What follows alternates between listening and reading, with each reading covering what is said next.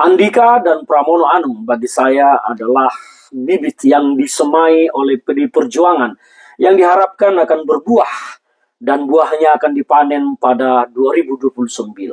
Dan ini menjadi ancaman yang dilihat oleh Jokowi terhadap Gibran Rakabuming Raka. Apapun bantahannya, sanggahannya, saya harus mengatakan bahwa ambisi Jokowi untuk menjadikan Gibran itu 2029 tidak akan ada yang bisa menghentikan niatnya ya, bedakan dengan menghentikan apa yang akan terjadi 2029. Tetapi niat dari Jokowi menjadikan Gibran itu 2029 akan terus digoreng dengan minyak mendidih sampai harapannya akan menjadi Presiden 2029. Saya meyakini ini mau dibantah atau tidak, tapi ini adalah pendapat saya. Maka bagi Jokowi, hadirnya Pramono Anung di Jakarta dan Andika Perkasa di Jawa Tengah, ini adalah dua lahan subur yang sering menghasilkan kandidat calon presiden. Maka bagi Jokowi tidak ada kata lain, siapapun yang akan berpotensi menghambat Gibran Rakabuming Raka 2029 harus dieksekusi, dihabisi, dikalahkan, diremukkan karir politiknya. Inilah yang saya lihat. Maka saya tak heran kalau kemudian di Jawa Tengah, Jokowi begitu mati-matian dan melakukan apa saja untuk menghentikan langkah Andika Perkasa menjadi gubernur Jawa Tengah. Karena ketika Andika menjadi gubernur Jawa Tengah, bibit yang disemai oleh PD Perjuangan itu kemungkinan besar akan berbuah di 2029. Dan ini akan ancaman kepada Gibran Rakabuming Raka yang sedang terus dipupuk, disirami oleh Jokowi untuk menjadi kandidat 2029.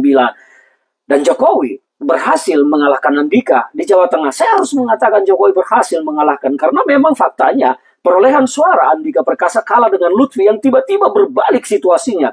Sementara berhari-hari, berbulan-bulan survei selalu menyatakan bahwa Andika mengungguli Lutfi dan Taci Yasin. Tetapi begitu hari H, semuanya berbalik. Ini adalah langkah yang diambil oleh Jokowi. Mau Jokowi membantah, mau tidak. Tapi saya mengatakan ini adalah pendapat saya. Jokowi melakukan banyak hal di Jawa Tengah. Dan kita lihat bagaimana Jokowi juga berkampanye secara serius bersama dengan Lutfi dan Taci Yasin. Ini adalah fakta yang dilihat oleh publik dan banyak gerakan yang dilakukan oleh Jokowi di Jawa Tengah untuk mengalahkan Andika Perkasa demi ambisinya menggugurkan semua calon-calon kompetitor yang bisa menghambat langkah Gibran Rakabuming Raka 2029. Itu terkait Andika. Nah di Jawa Tengah, di Jakarta, Jokowi juga melakukan upaya keras bahkan mengerahkan influencer-influencer untuk mengalahkan Pramono Anung dan Rano Karno. Tetapi tampaknya angin belum berpihak secara penuh kepada Jokowi dan Ridwan Kamil. Hitung-hitungan. Sementara quick count, exit poll menyatakan bahwa Pramono Anung dan Rano Karno unggul tipis dari Ridwan Kamil. Dan kalau ini benar terjadi, maka Rano Karno dan Pramono Anung memenangi Pilkada DKI Jakarta. Dan bibit yang disemai oleh PDI Perjuangan itu akan membuat panik Jokowi. Karena biar bagaimana 2029 PDIP ini adalah sebuah kekuatan yang sangat besar. Faktanya di banyak daerah PDIP memenangi pilkada tahun ini lebih dari 50% meskipun itu koalisi-koalisi ya. Tetapi faktor ini tidak akan mungkin terlepas dari kekuatan politik 2029. Dan ini bagi Jokowi adalah sebuah ancaman. Maka jangan kaget kalau sekarang proses yang masih dilakukan oleh KPU dalam perhitungan real count hasil Pilkada DKI Jakarta belum bisa final dan akan diumumkan kalau tidak salah tanggal 15 nanti. Jangan kaget nanti kalau kemudian ada upaya-upaya untuk membuat Jakarta 2 putaran.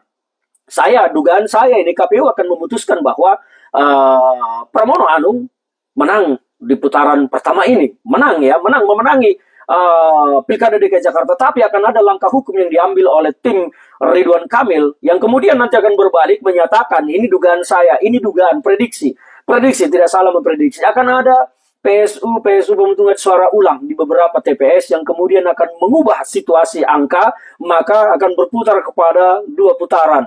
Saya menduga ini akan terjadi, akan ada PSU pemungutan suara ulang dan kemudian maka hasil angka akan berubah menjadi 2 putaran. Dan di putaran kedua mereka akan mati-matian untuk kemudian menghabisi bibit yang disemai oleh PD Perjuangan untuk 2029.